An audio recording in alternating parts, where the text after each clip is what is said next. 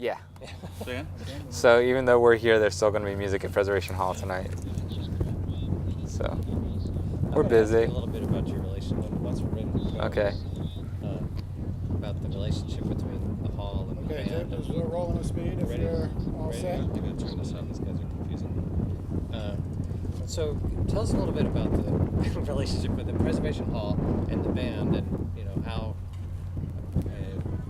I don't understand How it all got started? Yeah. Well, my parents were honeymooning actually in New Orleans and happened upon a place. They were in search of New Orleans jazz, both big fans of New Orleans jazz, and we're looking for a place to listen to it and we're having difficulty finding a venue that had just straight New Orleans jazz. And they came upon an old art gallery, and the guy was having a jam session for his friends, and they just went a couple nights and became quite friendly with the gentleman. And after a week or so, he asked them if they were interested in taking over his lease because he was moving on to another business, and they said, well, we'll do it for a year. So now, almost 50 years later, we still have music at Preservation Hall 7 nights a week. And by the way, nobody's ever going to hear my questions. They're only going to hear your answers, so you got to incorporate a little bit. And have you guys? Sorry, Steve, we got to stop. They've got too much wind noise in the audio. Do you want me to stand up into here? Yeah. Get up here? Or like, is this like? Bill, Sure. what do you want to do to minimize the wind? Pick your Where you are is better. Is it? But, Wind is coming this You want way. over there and ask this gentleman to go a little bit. Shotgun's better. Back where you were, right there. Okay. Does this kill the live, Bill? There's too much wind noise on the bar. Can't do much on the lab. I already have the wind cover on it. I already have the bass roll off. But you got one on one channel and one on the other. Correct. Okay, so might as well leave it because the wind will come and go. So is the band sort of and the hall dedicated to preserving a certain kind of music?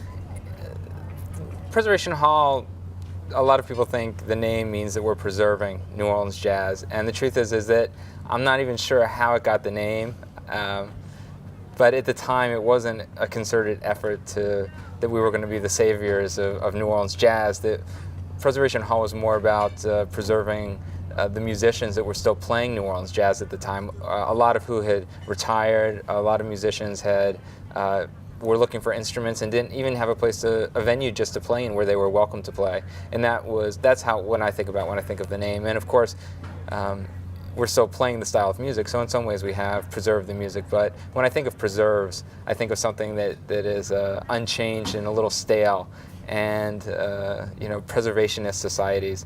And if anything, the music is more alive today than it ever has been. And it's a way of life in New Orleans, our music. Tell us a little bit about that Caledonia too. It's a very lively one. Seems to get everybody involved. Yeah.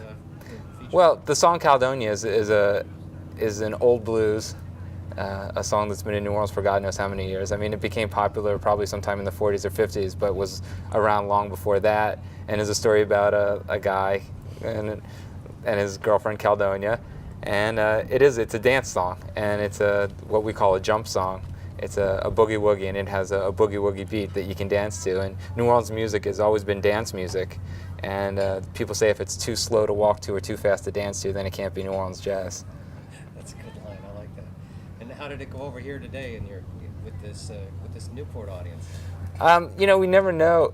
The Newport audience is here to hear usually more traditional. The Newport audience are usually here to hear more modern jazz, and usually the bands that are here are modern bands from around the country. But it was great to feel so well received from the audience, and it's great when you play a song like Caledonia because everybody knows the song, and people are up dancing and singing along with it and clapping their hands. So it's always wonderful to see people in their 80s all the way down to kids appreciating what you do.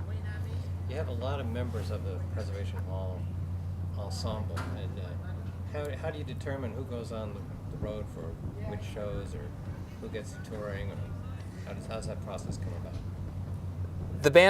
The Preservation Hall bands have gone through several different evolutions over the years, and the members of the band are usually people who have come up as underneath other musicians in New Orleans. Our trumpet player His father was a great New Orleans trumpet player and was around music his whole life. And our trombone player, Lucien Barberin, is from one of the great New Orleans jazz families. His uncle used to play with Louis Armstrong. And all of us have a story about our families and how we're involved in music. And it's not, there's never a decision made. It's always sort of who's next in line to be in the band is how it evolves. I mean, one of the musicians says, they've asked him, well, how did you know when you were in the band? He said, well, no one ever told me to go home. That's good.